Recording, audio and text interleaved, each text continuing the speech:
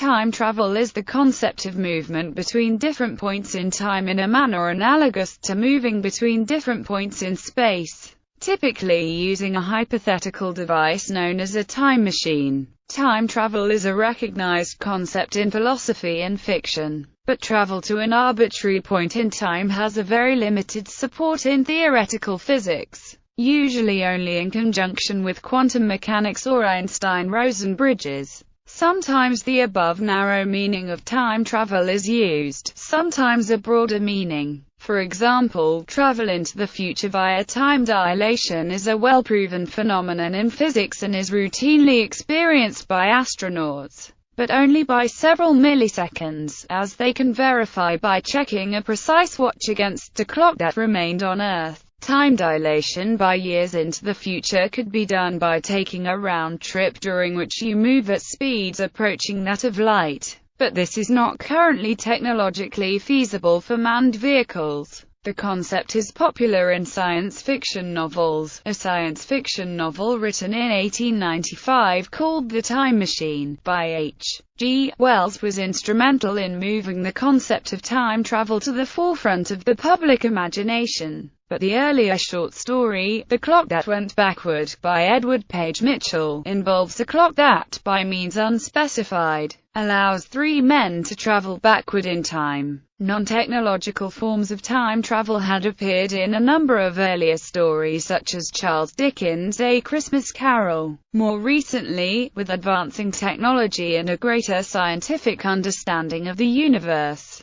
the plausibility of time travel has been explored in greater detail by science fiction writers, philosophers, and physicists. History of the time travel concept. Forward time travel. There is no widespread agreement as to which written work should be recognized as the earliest example of a time travel story, since a number of early works feature elements ambiguously suggestive of time travel. Ancient folk tales and myths sometimes involved something akin to traveling forward in time. For example, in Hindu mythology, the Mahabharata mentions the story of the king Kakudma, who travels to heaven to meet the creator Brahma and is shocked to learn that many ages have passed when he returns to earth. The Buddhist Pali Canon also mentions time moving at different paces, and in the Payasi Sutta, one of the Buddha's chief disciples, Kumara Kassapa, explains to the skeptic Payasi that, in the heaven of the 33 Devas, time passes at a different pace, and people live much longer. In the period of our century, 100 years, only a single day, 24 hours, would have passed for them. Another of the earliest known stories to involve traveling forward in time to a distant future was the Japanese tale of Urashima Taro,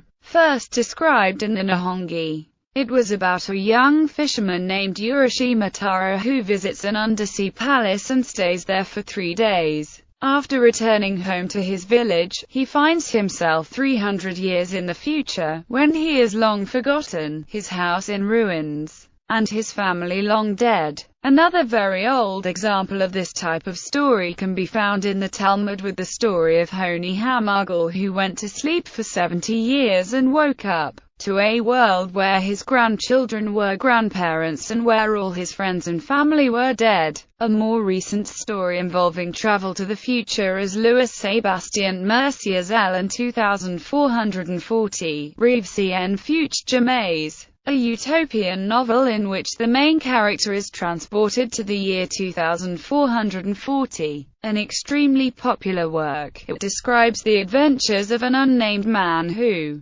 after engaging in a heated discussion with a philosopher friend about the injustices of Paris, falls asleep and finds himself in a Paris of the future. Robert Darnton writes that, despite its self-proclaimed character of fantasy, LCCN 2440 demanded to be read as a serious guidebook to the future. More recently, Washington Irving's 1819 story, Rip Van Winkle, tells of a man named Rip Van Winkle who takes a nap on a mountain and wakes up 20 years in the future, when he has been forgotten, his wife dead, and his daughter grown up. Sleep was also used for time travel in H.G. Wells' The Sleeper Awakes. about a man who wakes 200 years in the future after falling into a state of sleep resembling hibernation or suspended animation. Backward time travel. Backward time travel seems to be a more modern idea, but its origin is also somewhat ambiguous. One early story with hints of backward time travel is Memoirs of the 20th Century by Samuel Madden, which is mainly a series of letters from British ambassadors in various countries to the British Lord High Treasurer, along with a few replies from the British Foreign Office, all purportedly written in 1997 and 1998 and describing the conditions of that era. However, the framing story is that these letters were actual documents given to the narrator by his guardian angel on night in 1728. For this reason, Paul Alcon suggests in his book Origins of Futuristic Fiction that the first time traveler in English literature is a guardian angel who returns with state documents from 1998 to the year 1728. Although the book does not explicitly show how the angel obtained these documents, Alcon later qualifies this by writing, "It would be stretching our generosity to praise Madden for being the first to show a traveler arriving from the future," but also says that Madden deserves recognition as the first to toy with the rich idea of time travel in the form of an artifact sent backward from the future to be discovered in the present. In 1836, Alexander Veltman published Predka Kalamorosa, Alexander Filipovich Makedonsky, which has been called the first original Russian science fiction novel and the first novel to use time travel. In it, the narrator rides to ancient Greece on a hippogriff, meets Aristotle, and goes on a voyage with Alexander the Great before returning to the 19th century. In the science fiction anthology Far Boundaries, the editor August Derleth identifies the short story, Missing One's Coach, an anachronism, written for the Dublin Literary Magazine by an anonymous author in 1838, as a very early time travel story. In this story, the narrator is waiting under a tree to be picked up by a coach which will take him out of Newcastle, when he suddenly finds himself transported back over 1,000 years. He encounters the Venerable Bede in a monastery, and gives him somewhat ironic explanations of the developments of the coming centuries. However, the story never makes it clear whether these events actually occurred or were merely a dream. The narrator says that when he initially found a comfortable-looking spot in the roots of the tree, he sat down, and as my skeptical reader will tell me, nodded and slept, but then says that he is resolved not to admit this explanation. A number of dreamlike elements of the story may suggest otherwise to the reader, such as the fact that none of the members of the monastery seem to be able to see him at first, and the abrupt ending in which Bede has been delayed talking to the narrator, and so the other monks burst in thinking that some harm has come to him, and suddenly the narrator finds himself back under the tree in the present, with his coach having just passed his spot on the road, leaving him stranded in Newcastle for another night. Charles Dickens' 1843 book A Christmas Carol is considered by some to be one of the first depictions of time travel in both directions, as the main character, Ebenezer Scrooge, is transported to Christmases past, present and yet to come. However, these might be considered mere visions rather than actual time travel, since Scrooge only viewed each time period passively, unable to interact with them. A clearer example of backward time travel is found in the popular 1861 book Paris avant les hommes by the French botanist and geologist Pierre Boitard, published posthumously. In this story, the main character is transported into the prehistoric past by the magic of a lame demon, where he encounters such extinct animals as a plesiosaur, as well as Boitard's imagined version of an ape-like human ancestor, and is able to actively interact with some of them. In 1881, Edward Everett Hale published Hands Off, about an unnamed being free to travel through time and space, who interferes with Earth history in ancient Egypt, preventing Joseph from being sold into slavery. This was the first known story to feature an alternate history being created as a result of time travel. The first time travel story to feature time travel by means of a machine of some kind was the short story, The Clock That Went Backward, by Edward Page Mitchell, which appeared in the New York Sun in 1881. However, the mechanism is borderline fantasy in this case. A clock that, when wound, begins to run backward and transports people in the vicinity backward in time, with no explanation as to where the clock came from or how it gained this ability. Enrique Gaspar y Rimbeiro's 1887 book El Anacronopete was the first story to feature a vessel that had been engineered by an inventor to transport its riders through time. Andrew Sawyer has commented that the story does seem to be the first literary description of a time machine noted so far, adding that Edward Page Mitchell's story The Clock That Went Backward is usually described as the first time machine story. But I'm not sure that a clock quite counts. In 1889, Svatopluk published the novel Nový pokolní Wild Pana Brucha, Tentokrát do 15. Století. Mark Twain's A Connecticut Yankee in King Arthur's Court, in which the protagonist finds himself in the time of King Arthur after a fight in which he is hit with a sledgehammer, was another early time travel story which helped bring the concept to a wide audience, and was also one of the first stories to show history being changed by a time traveler's actions.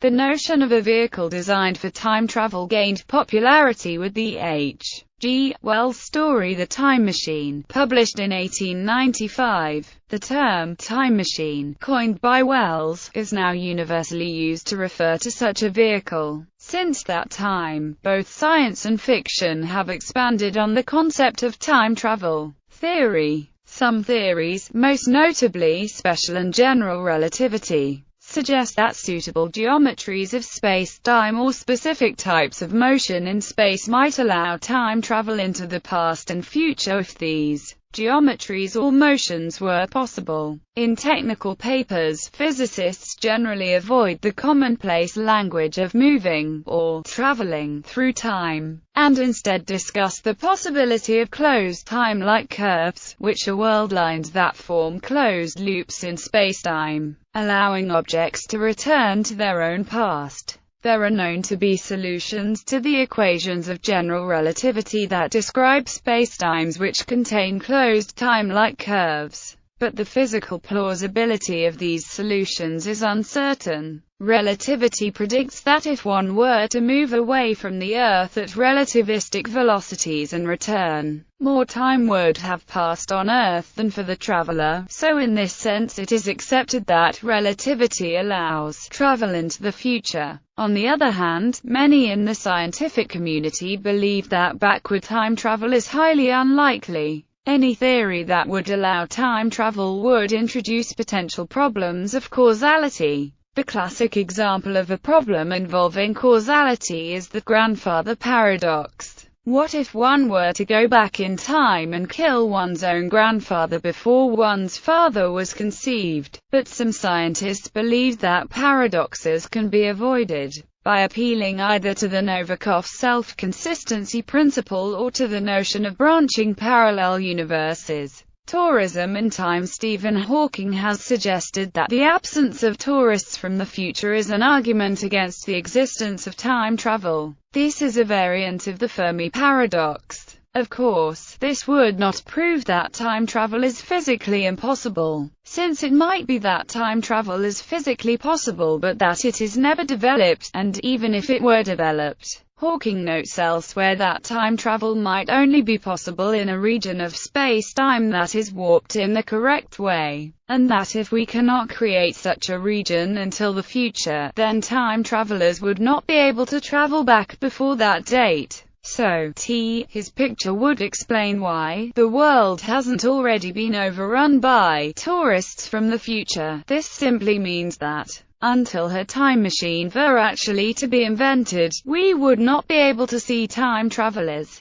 Carl Sagan also once suggested the possibility that time travelers could be here, but are disguising their existence or are not recognized as time travelers. because bringing unintentional changes to the time-space continuum might bring about undesired outcomes to those travelers. It might also alter established past events. There is also the possibility that if events were changed, we would never notice it because all events following in our memories would have been instantly altered to remain congruent with the newly established timeline. General relativity, however. The theory of general relativity does suggest a scientific basis for the possibility of backward time travel in certain unusual scenarios. Although arguments from semi-classical gravity suggest that when quantum effects are incorporated into general relativity, these loopholes may be closed. These semi-classical arguments led Hawking to formulate the chronology protection conjecture, suggesting that the fundamental laws of nature prevent time travel. But physicists cannot come to a definite judgment on the issue without a theory of quantum gravity to join quantum mechanics and general relativity into a completely unified theory.